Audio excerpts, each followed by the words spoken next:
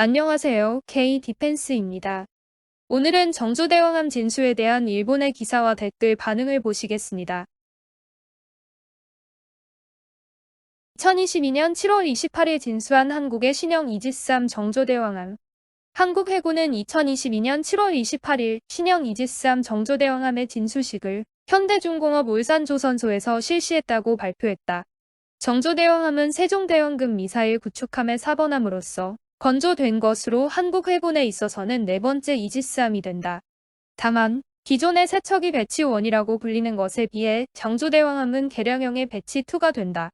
기존 함 대비 다양한 업데이트가 추가되기 때문에 선체 크기가 배치 1의 배수량 7,600톤, 전체 길이 165.9m인 것에 비해 정조대왕함에서는 배수량 8,200톤, 전체 길이 170m로 커졌다. 무기 시스템도 배치1보다 새롭고 뛰어난 것이 탑재되고 탄도미사일의 요격 능력이 부과되는 것 외에 새로운 함대지 미사일의 운용도 가능하게 되었으며 스텔스 성능도 한층 향상되었다고 한다. 또한 한국 해군이 2024년 이후 도입할 예정인 신형 함재 헬리콥터 MH-60R 시호크의 운용 능력도 부여된다고 한다. 덧붙여 이야기하면 이전의 배치1은 소형의 슈퍼링스 촉의 헬리콥터를 탑재하고 있다. 추진 시스템은 가스 터빈과 발전기를 결합한 최신 통합 전기 추진 방식이며 이것은 배치1에서 가스 터빈만 운용하는 COGAG라고 불리는 방식에서 개선된 추진 방식이다. 발표에 따르면 취역은 2024년 11월 예정이며 한국 해군은 이 배치2를 추가로 2척 추가 건조할 계획이다. 다음은 일본 네티즌 반응입니다.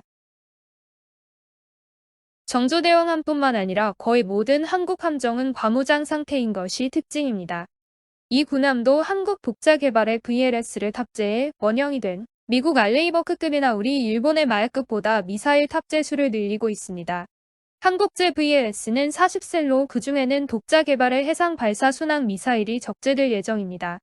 기준 배수량 8,200톤, 전체 길이 170m는 마약급과 같기 때문에 만재 배수량은 10,000톤을 조금 초과할 것 같네요. 개인적으로는 이지스함보다 대구급 호위함을 더 늘리면 좋겠다고 생각합니다. 한국 국산 병기의 실력이 어느 정도인지 알 수 없지만 최근 폴란드의 폭풍 구매를 보면 해외에서 일정한 평가를 받고 있다고 봐도 틀림없을 것이다. 중무장이 특징인 한국 이지스함이지만 대지 공격 능력이 추가되어 스펙에서는 바다만 상대 가능한 일본 이지스함을 웃돈다.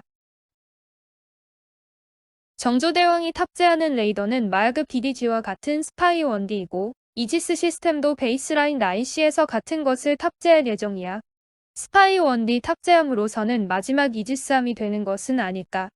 탑재 미사일 수는 미국제 MK-41VLS의 경우 이전 세종대왕급의 80셀보다 적은 48셀이 되고 있는 한편 보다 대형의 미사일을 탑재 가능한 두 종류의 국산 KVLS를 40셀 탑재 예정이라고 한다. 어쩌면 MK-41에는 SM-6 한국산 VLS, 한국산의 대잠 로켓이나 함대함 미사일을 실을 것으로 보인다. 이것도 베이스는 미국 알레이버크급이고 요구 스펙이 해자대의 마야급을 닮았지만 탑재 미사일뿐만 아니라 대공 장비가 펠렁크스 대신에 골키퍼이거나 세세한 곳에서 나라의 사정이 반영되어 재미있네. 역주, 정조대왕함은 골키퍼가 아닌 펠렁크스 탑재. 그런데요, SM3를 갖고 싶지만 일미 공동 개발로 일본의 동의가 없으면 판매할 수 없으니까 SM6이구나.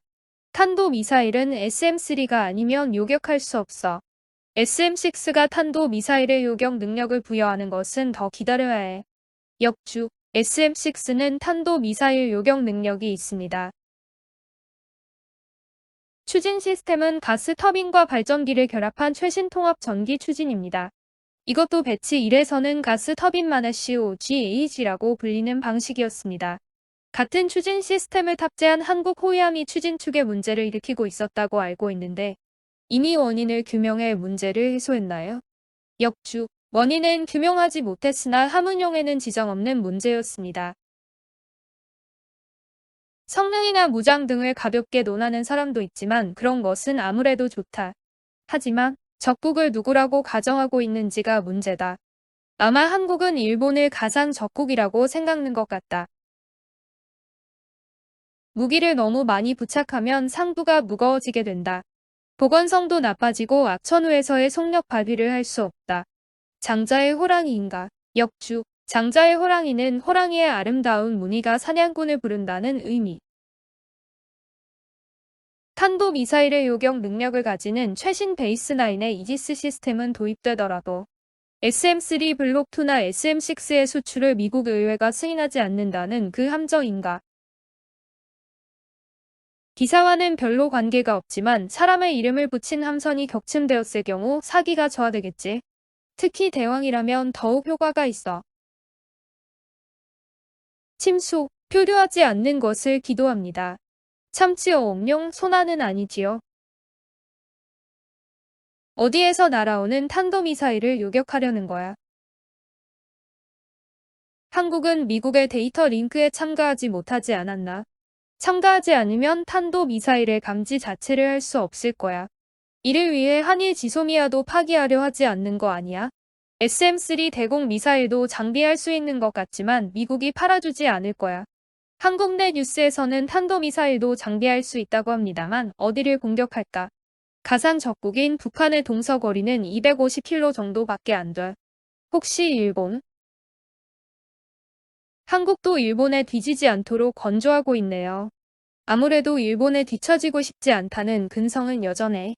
배치 단계 개발은 괜찮아 보이지만 과연 제대로 운용이 가능한지 의문스러운 점도 있네요. 이지스함 다음은 항모. 일본보다 큰 잠수함. 그리고 항모. 영해가 좁은데 한국은 어디와 싸울 생각인가?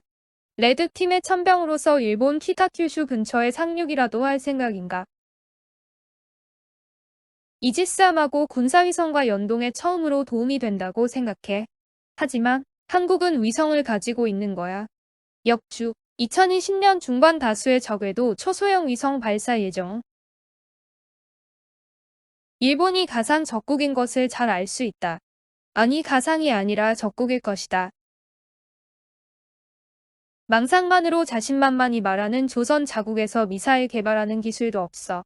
SM3는 미일 공동 개발이므로 장비할 수 없는데 어떻게 탄도미사일을 요격하는 거야? SM6인가? 이상 K 디펜스였습니다.